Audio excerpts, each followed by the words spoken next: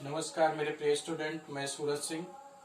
आज हम लोग अपने उसे संधि प्रकरण पे बात करेंगे। पिछला वीडियो हमारा हल संधि पे था, व्यंजन संधि पे, जिसमें पहली संधि की हमने चर्चा कर चुकी थी, अच्युत संधि के बारे में। तो वो संधि कंप्लीट हो चुकी है। उसी क्रम में आगे बढ़ते हुए आज हम लोग उसके आगे नेक्स्ट संधि पढ़ेंगे, जो है अष्टुनाष्टु संधि के बारे में। वो अच्युत संधि थी जिसमें जिसका सूत्र था अस्तो अष्टुनाष्टु, उसके बारे में मैं भेज चुका हूँ। उसके आगे है अष्टुना अष्टु संधि। इसका सूत्र क्या होता है? इसका सूत्र होता है अस्तो अष्टुना अष्टु। तो ये सूत्र अच्युत संधि की ही तरह है, उसमें सेम उसी तरह से है, बस थोड़ा सा इसमें अंतर हो गया। उसमें जो आदेश हो रहे थे चा वर्ग और ता वर्ग और सा के स्थान पे आदेश हो रहे थे, तालव्य सा और ता वर्ग के स्थान पे। और जो अष्टुत संधि है, इसमें क्या हो रहा है, आपका जो आदेश हो रहा है, क्या हो रहा है, जो है मूर्धन्य सा और टा वर्ग आदेश हो रहा है। ठीक है, तो बेसिक अंतर थोड़ा सा है, आप लोग ध्यान से देखेंगे तो बहुत आसानी से आपको समझ में आ जाएगा। बस तो परिभाषा क्या है देखिए इसकी, अष्टुना अष्टु संधि की। तो इसका सूत्र होता है अस्तो अष्टुना अष्टु। तो सूत्र को ही आपको एक्सप्लेन करना है, उसकी परिभाषा देनी है, जिससे उसका अभिप्राय स्पष्ट हो जाएगा। तो वही हम लोग उस पे आते हैं। उसका सूत्र क्या है?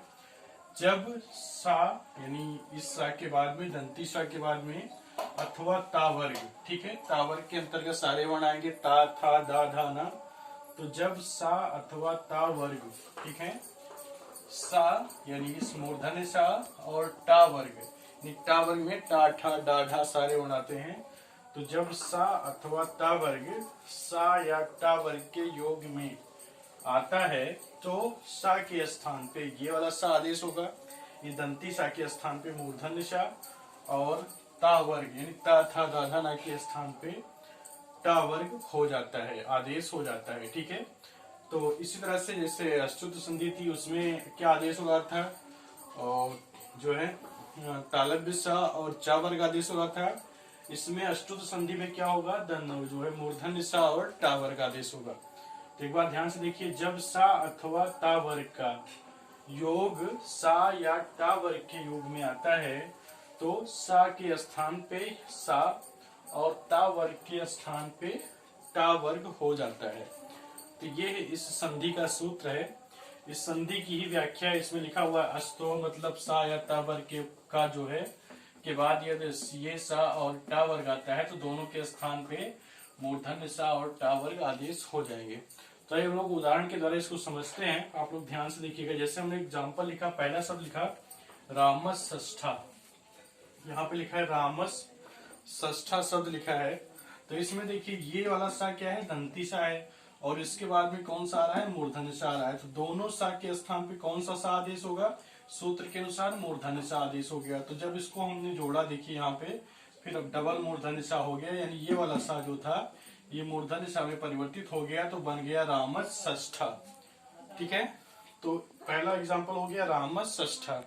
दूसरा इसी तरह से बनाएंगे रामस टीकते शब्द है।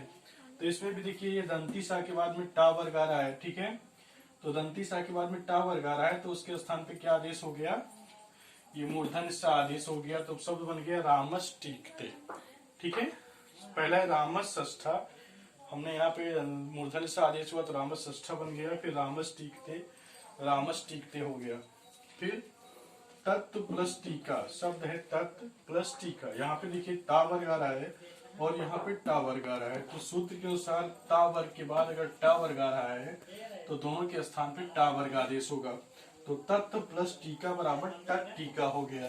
ठीक है, तो यहाँ पे देखिए डबल टा आदेश हो गया, यानी ये ता जो था वो टा में परिवर्तित हो गया अष्टुत संधि के अनुसार। तो इस तरह से यहाँ पे हो गया तत् टीका। फिर नेक्स्ट है चक्रिन ढोक से। चक्रिन ढोक से शब्द है, यहाँ पे देखिए ना शब्द है, ना जो कि ता वर्ग का है, ता था दाधा ना का, और उसके बाद में ढा आ रहा है जो कि टा वर्ग का है, टाठा डाढ़ा डा। ठीक है, तो ये जो ना था ये क्या हो गया, ये डा में परिवर्तित हो गया, यानी उसी वर्ग के पांचवें वर्ग में परिवर्तित हो गया। तो शब्द बन गया चक्रिन ढोक से। फिर नेक्स्ट वर्ड है पेशता। ठीक है, तो यहाँ पे देखिए मूर्धन्य सा है और यहाँ पे ता वर्ग आ रहा है, तो इसके भी स्थान पे क्या हो गया, जो है ये ता जो था वो टा में परिवर्तित हो गया। अष्टुत संधि के अनुसार। तो इस तरह से आपकी ये जो अष्टुत संधि है ये बहुत ही आसान है, बहुत ही इजी है। इसमें आपको सिर्फ सूत्र को पकड़ना है, उसके द्वारा बताए गए निर्देश को जानना है, तो आसानी से आपको समझ में आएगा। जैसे यहाँ पे सब लिखा है अष्टो अष्टुना अष्टु, यानी ये सा दंती सा और ता वर्ग, यानी ता वर्ग में ता था दाधा ना सारे वर्ग आएंगे। तो इस दंती सा और ता वर्ग के बाद में अगर मूर्धन्य सा और टा वर्ग, मूर्धन्य सा और टा वर्ग आते हैं, यानी टा ठा डाढ़ा डा आते हैं, तो उन दोनों के स्थान पे अष्टु यानी सा ये वाला मूर्धन्य सा और टू यानी टा ठा डाढ़ा डा आदेश हो जाएगा। तो इस तरह से मुझे उम्मीद है कि आप सभी को यह संधि समझ में आ गई होगी। ये संधि बहुत ही आसान है, बस आपको थोड़ा थोड़ा डिफरेंट करना है। अष्टुत संधि और अष्टुत संधि बेसिक अंतर ही होता है। अष्टुत संधि में तालव्य सा और चावर का आदेश होता है, अष्टुत संधि में मूर्धन्य सा और टावर का आदेश होता है। तो इस तरह से यहाँ पे परिभाषाएं सारी लिखी हुई हैं, उसके उदाहरण लिखी हुई हैं। मुझे उम्मीद है कि आप सभी को अष्टुत संधि समझ में आ गई है, और अगर किसी को नहीं समझ में आई है तो प्लीज मुझे कमेंट में लिख के बताएं कहाँ आपको समस्या हो रही है, क्या समझ में नहीं आ रहा है, तो मैं उसका सॉल्यूशन भेजूंगा। और अगर आप सभी को समझ में आया है तो प्लीज मेरे इस वीडियो को लाइक करें, शेयर करें, सब्सक्राइब करें, जिससे मैं आपके लिए और अच्छा से अच्छा वीडियो ला सकूं और अपने इस व्याकरण पोर्शन को अधिक से अधिक लाभार्थियों तक पहुंचा सकूं। बस आज का वीडियो इतना ही, धन्यवाद।